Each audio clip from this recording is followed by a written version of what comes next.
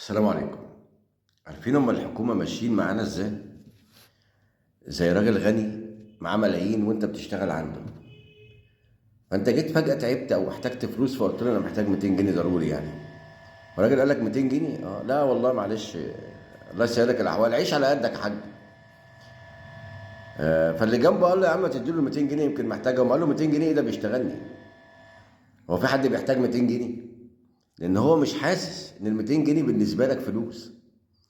هو راجل بيقبض في الشهر 90,000 ولا 100,000، ده غير اللي عنده. فال 200 جنيه ايه اللي انت بتتكلم فيهم؟ ده ما يدهمش اللي بتاع الراجل اللي بينقي الكشري على رأي محمد هنيدي. فهو مش مقتنع ان احنا خلاص مع ال 200 جنيه وال 100 جنيه بقت بتأثر. مش مقتنع ان المعاش اللي بيديه للناس ما يعيشهمش. مش مقتنع ان المرتبات دي ما تمشيش في ظل الاسعار اللي عماله تزيد.